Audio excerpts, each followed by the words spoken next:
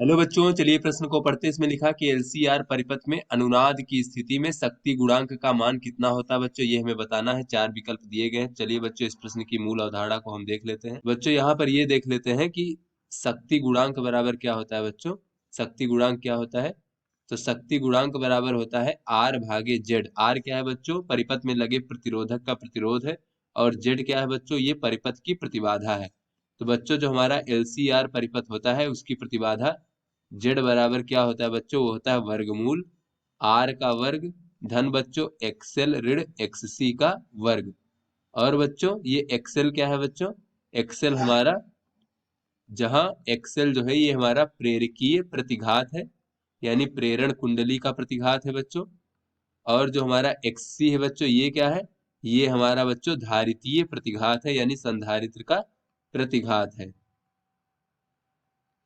बच्चों चलिए देख लेते हैं कि एलसीआर परिपथ में अनुनाद की स्थिति में बच्चों क्या होता है। तो अनुनाद की स्थिति में बच्चों,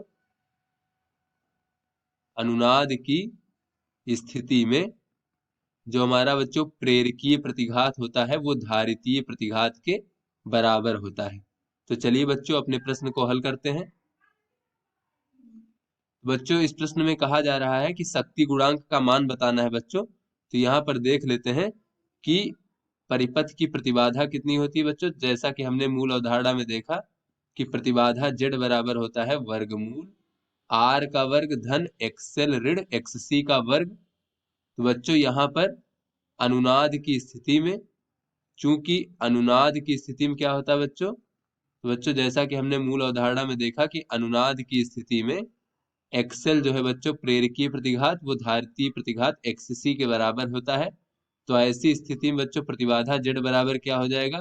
यहाँ पर बच्चों अगर हम एक्सएल और एक्सी दोनों बराबर हो जाएगा तो इस पद का मान शून्य हो जाएगा और ये प्रतिबाधा जेड बराबर हमें आर प्राप्त हो जाएगा। तो यहाँ से बच्चों अगर हम देखें तो अगर जेड को बच्चों इस तरफ ले जाए इस प्रकार से, तो यहाँ से हमें प्राप्त हो जाएगा बच्चों आर भागे जेड बराबर एक।